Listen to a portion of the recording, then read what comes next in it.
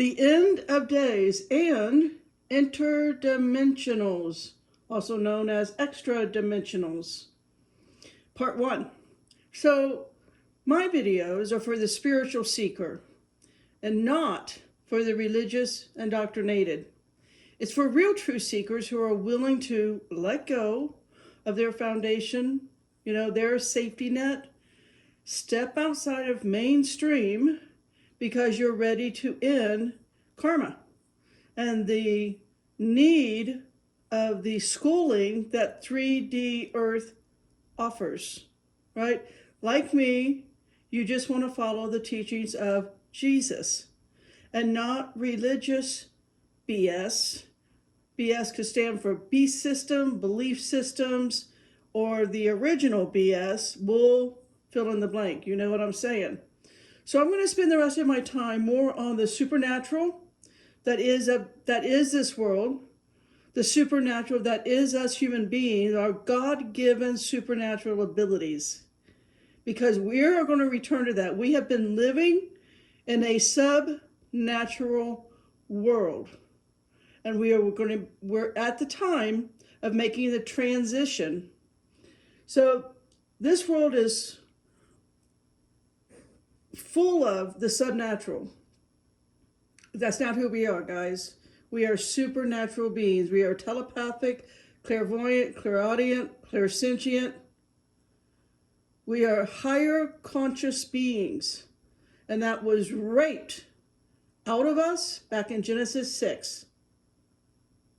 Back in Genesis 6, you remember that, right? Sons of God came down and married and mated and had offspring with the daughters of men. That's where the real rape began.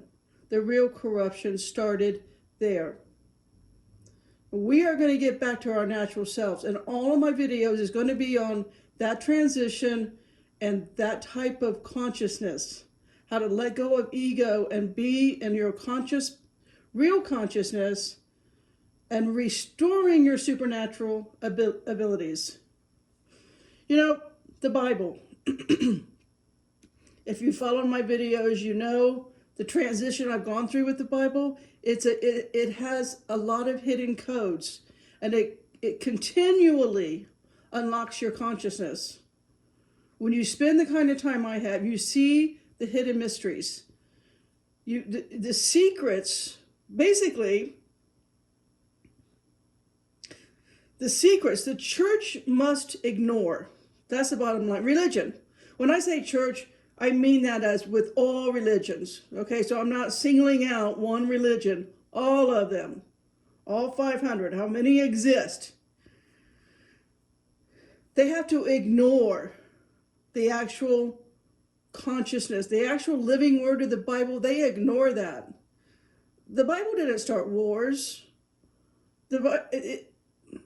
It's this misunderstanding, misinterpretation of mankind.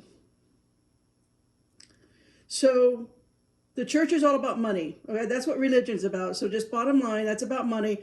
If you want to stay in that kind of greedy, corrupted path, that's called spiritually dead.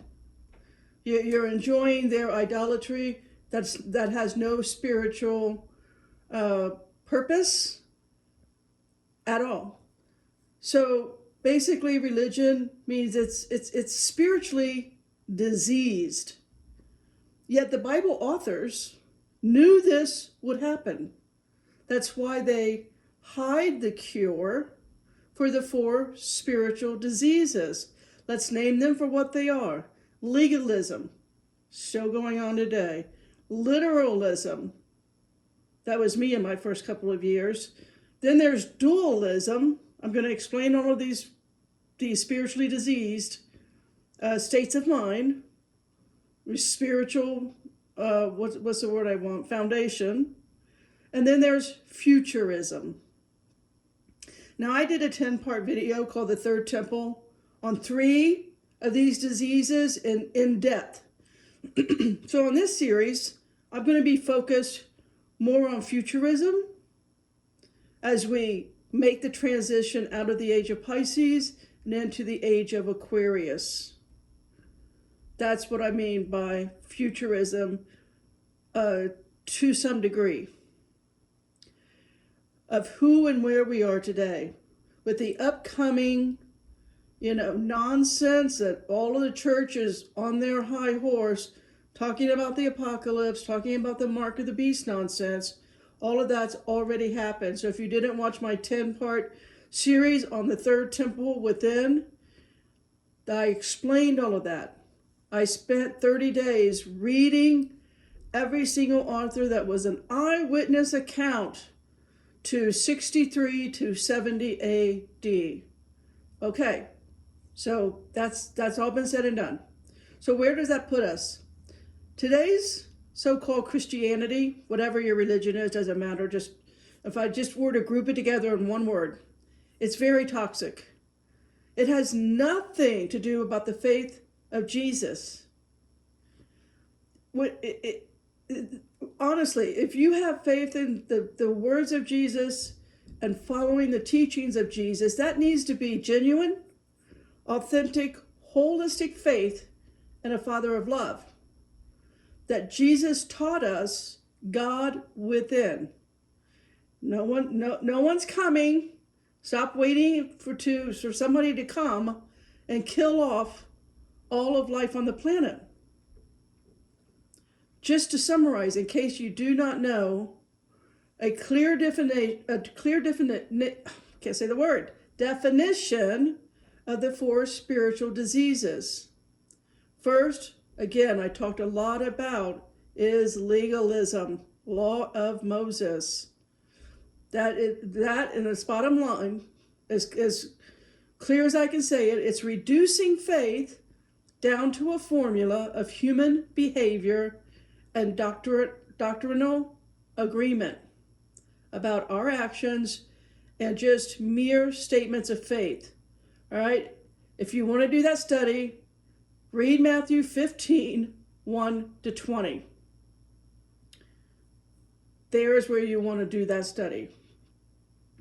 On this, that age ended in 70 AD. So that puts us today, basically, when you think of it along those lines, in futurism, the current age, which when you're not toxic and waiting for all of the drama that happened in the first century, you would, on the other hand, be living in God's advancing kingdom.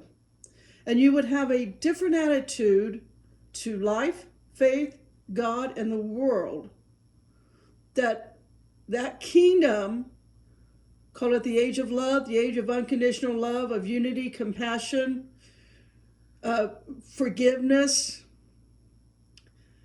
That is the age of Aquarius that we are now is ascending. Next one is literalism, the second disease. And like I've already said, was like me in my first several years of reading the Bible. Now, the best example that I could give about literalism are stories that you guys know very well. It was when Lot's wife, right, remember, only Lot, his wife, and his 2 daughters were going to be spared from the fire of Sodom and Gomorrah. But Lot's wife turned and looked back, and then she became a pillar of salt. I, way back when, took that literally.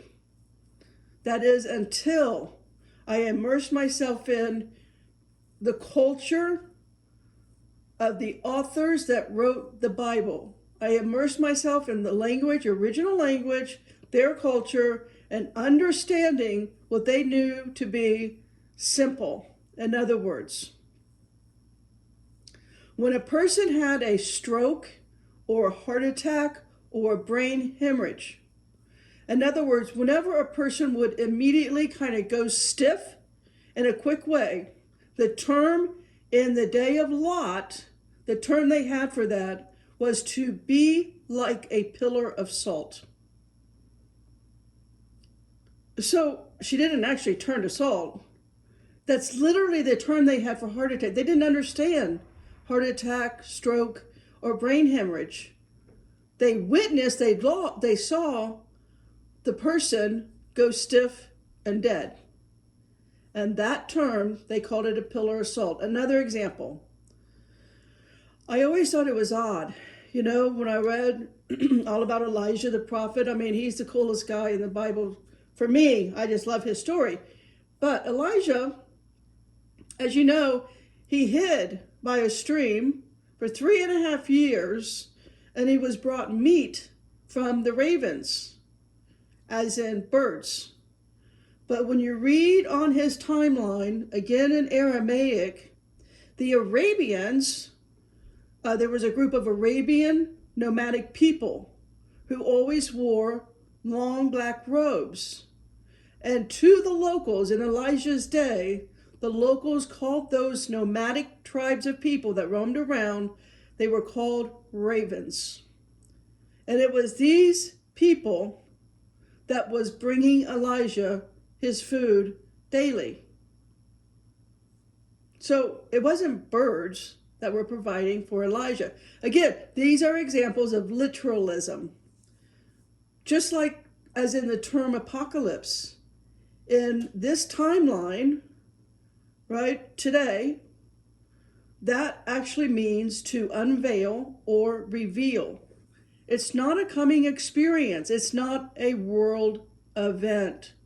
But the church requires you to believe this because it's how they make their money. It's another tool used in their writing symbols. I should say, going back to the culture and the timeline, another tool used in their writing, the authors of the Bible, used in their writing are symbols of which they understood. Remember, the prophets were speaking to the people in their timeline.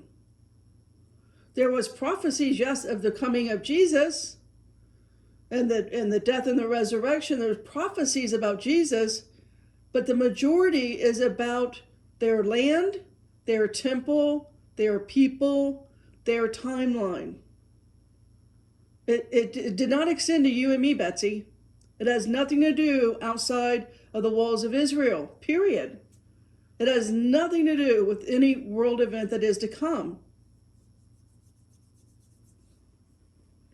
So, again, as an example with their symbols, as in the case of Daniel 8, Daniel says, I saw a he-goat come from Greece. The people in Daniel's timeline, they understood Daniel's prophecy. They understood that he was talking about Alexander the Great would rise to power. Done. Already happened. Another idea with their symbolism. Whenever a great empire was going to be conquered, the symbolism would be something they would use, that meaning that everyone would see it. So the authors use symbols, in other words, symbols about the heavens, right? So what's in the heavens? The sun, moon, and stars. They didn't mean the sky was going to fall down or be rolled back, as in Revelation 6. It's just that everyone would know that this great empire is going to fall. And it's going to be conquered, and then another empire would arise through another emperor or king or what have you. It's kind of like when Nebuchadnezzar took over, they were in captivity for 70 years, and then you had Cyrus come in and all of that. I've already covered all of that history. So here I've covered legalism and literalism. All right, now let's talk about dualism, because here's where the understanding of the Antichrist comes in. I don't think I made that clear enough in my Kingdom Within video series, so I just want to, cover it here. Dualism is actually the spirit of the Antichrist, and it's only mentioned twice, both times by John the Revelator in his first and second letters, also known as epistles. The Antichrist was never spoken of by Jesus. or even Paul for that matter, which, Paul is the one the church relies heavily on instead of the teachings of Jesus. They like Paul's teachings better. Jesus never appointed Paul an apostle. The only thing Jesus ever said to Paul is, "Why are you persecuting me on the road to Damascus?" Going back to John, why did he write those two words, Antichrist, in his first two letters after he came back to Ephesus from being exiled on Patmos?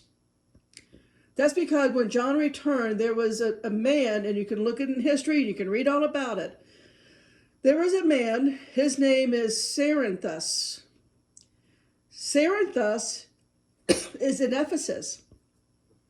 And he started forming a huge, widely accepted, greatly accepted, because it was very known in their day about channeling.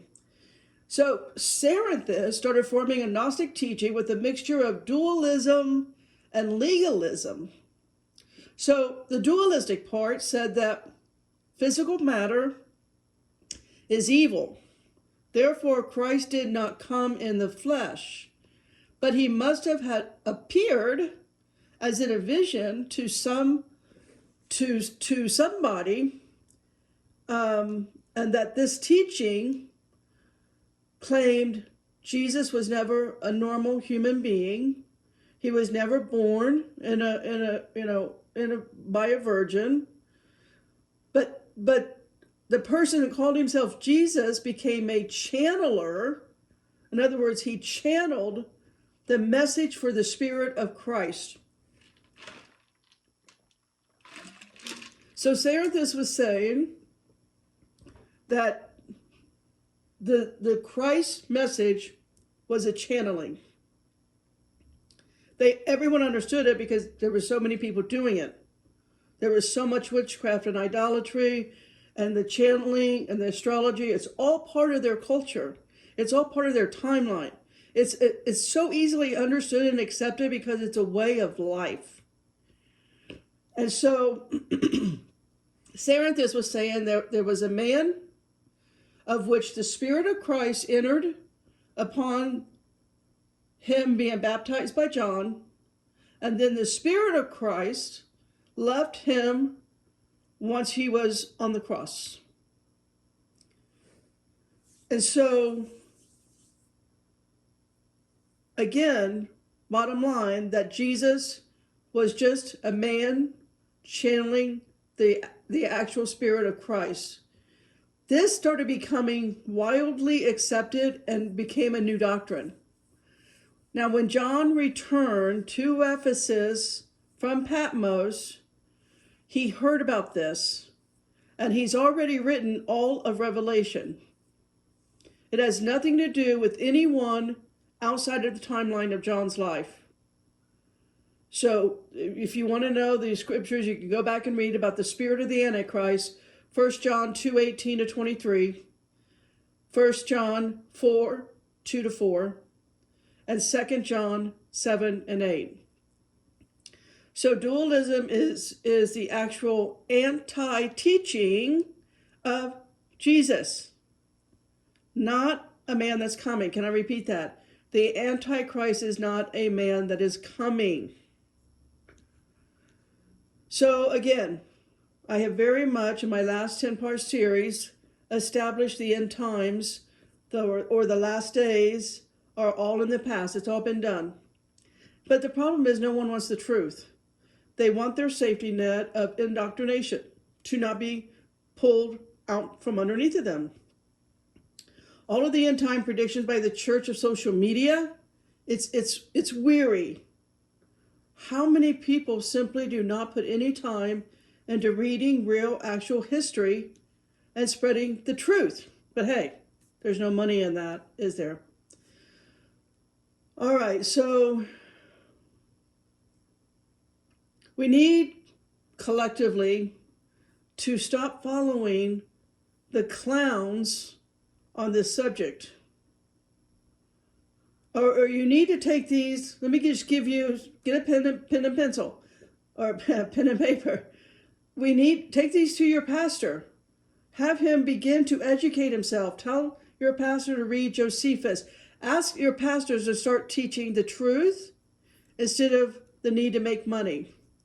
The end days was in their timeline. The disciples, Jesus was talking to his disciples about what they would endure. Jesus was telling the Jewish people what was going to happen once he left at the end of 40 years in today's generation. Jesus was not prophesying anything about you and I, Betsy. What he did teach us is how we will be living in the Aquarian age. That's what, because the church doesn't follow the teachings of Jesus. Take these, here's some verses, take to your pastors. Tell them to educate themselves. They've been indoctrinated by the system. Hebrews 1:2, 1 Peter 1:20, Acts 2:17, 2 Timothy 3:1, James 5:3-4, Jude 17-19, 1 John 2:18. When you read it in context, you can see it's all about the prophecy that will come upon Judea and the days of the disciple, not us. It's never been for us today. It's never been for planet Earth. It has zero to do. All of the Bible, when it comes to war upon the land and the people, it's only ever been Israel and the might of the Roman Empire taking down the Second Temple, right? It's all done. Now let's get on to the supernatural.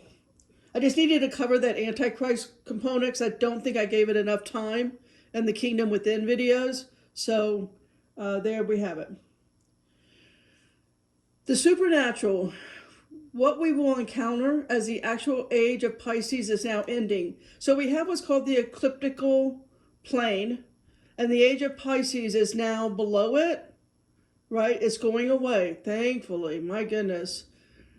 And the age of Aquarius will not begin for another 125 years. So it's not going to happen in my lifetime, but it's coming. There is a 2,160 year cycle with the sun, and we move through the Mazzaroth, and the age of Aquarius is coming. And if you begin to align with the teachings of Jesus, you actually do and live as he said, then you're going to be a soul that is mature enough to come into the golden age of Aquarius, the age of peace and unconditional love. But only mature souls can do that. Jesus, when I say mature soul, you're the same as Jesus. You will do more than he did. Jesus was the avatar, if you will, since we all know what that word means. Jesus was the avatar for the Aquarian age, not the age of Pisces. He knew that age, again, would last for 2,160 years. He knew it would be still an ongoing legalism, Babylonian, totalitarian age of a beast system of control and domination, dominated with fear to control society. He knew that his teaching of Matthew 5 and 6, those who could understand would burn off karma and would be able to incarnate into that golden age. Now maybe that's the millennial reign, the 1,000-year millennial reign. I don't care what name we need to give it, but it is a new age that's all about unity, compassion, and unconditional love. So name it what you will. I'm not stuck on labels. Jesus told you that, right? He told you when people would begin to live as he, when people would be able to do the supernatural that he could do, when we basically become our normal God-given DNA human self. That would not happen until the age of Aquarius. He told you with talking about the water bearer of Luke 22:10. Let's read that. And he said unto them, Behold, when ye are entered into the city, there shall a man meet you, bearing a pitcher of water.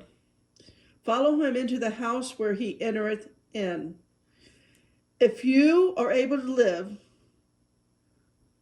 by the teachings of Jesus of Matthew 5, and you're able to make your life purpose about the teachings of Matthew 25, 35 to 45, then you are going to, number one, not gain any karma, and number two, mature your consciousness to where you are a soul worthy of an incarnation back into a human body, into a time of unconditional love and peace, where everything is provided, where we're all one.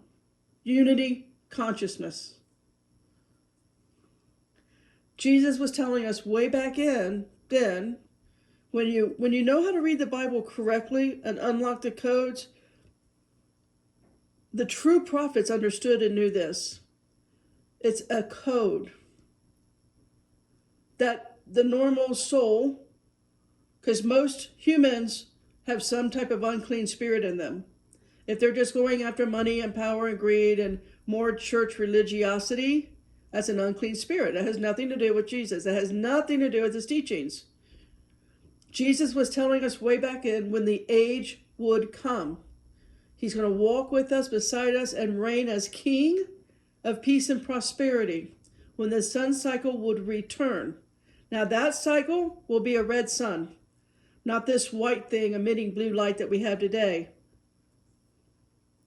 The red sun, and if you go back and you read all of the sun cycles, you would understand that the red sun, humans that lived under that sun, lived to be 1,000 years old, as in the days of Noah.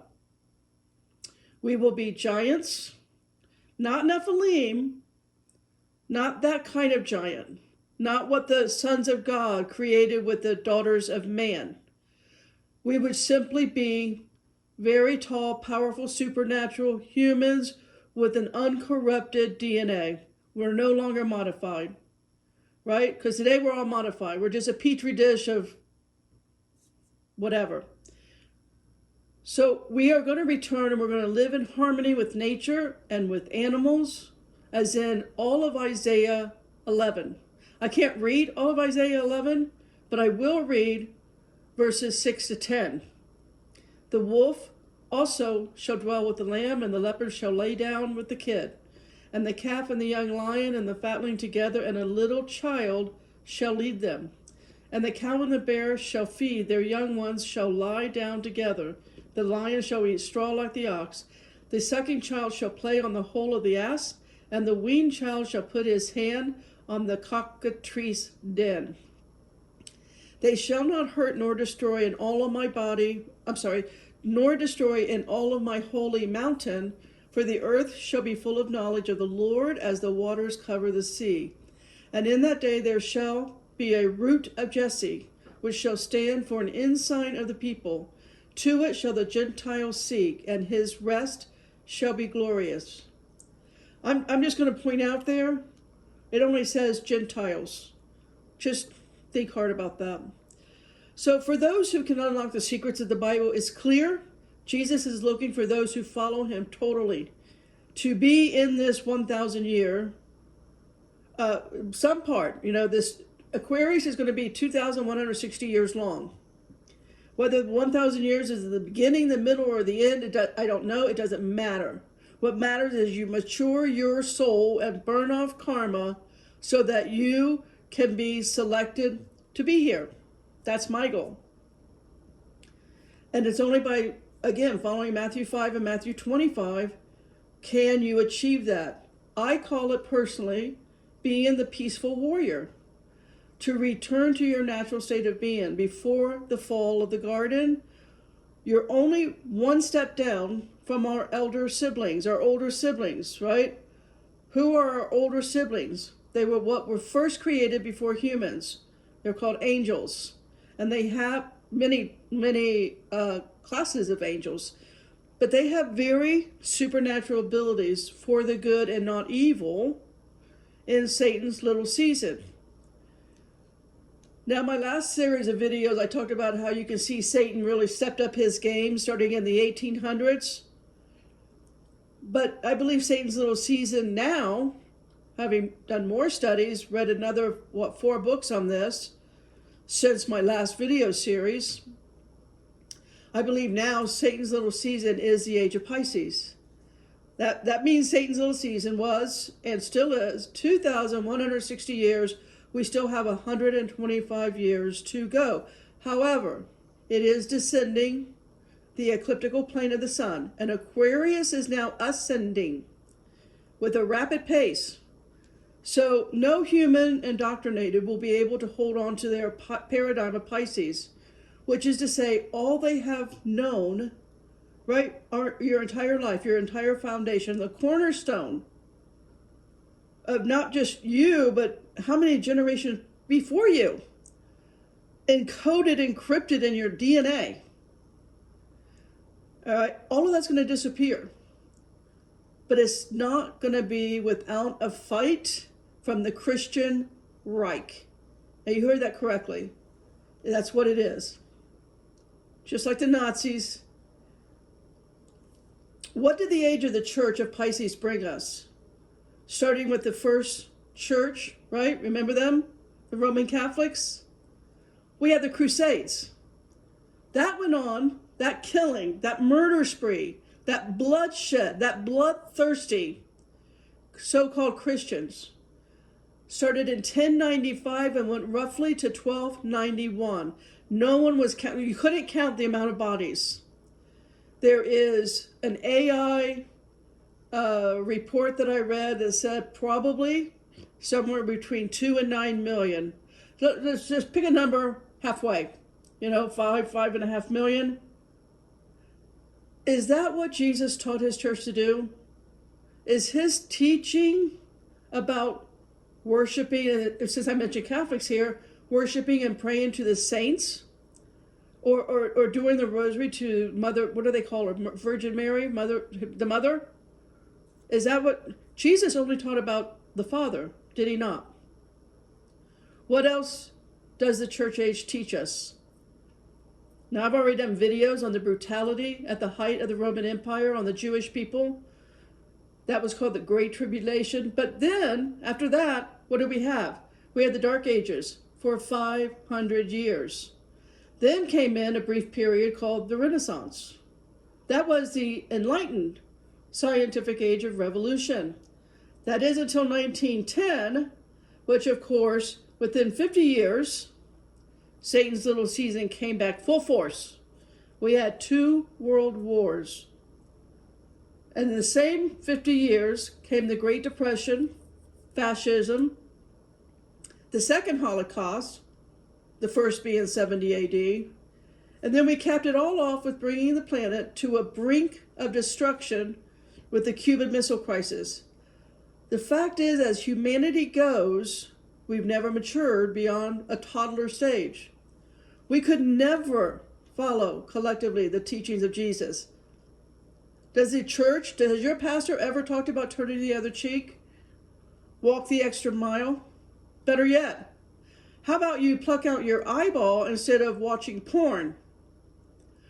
Or how about you cut off your hand that you masturbate with while lusting after the little kid next door? Is that the teaching of the church? I'm just going to end it right there. Potter out.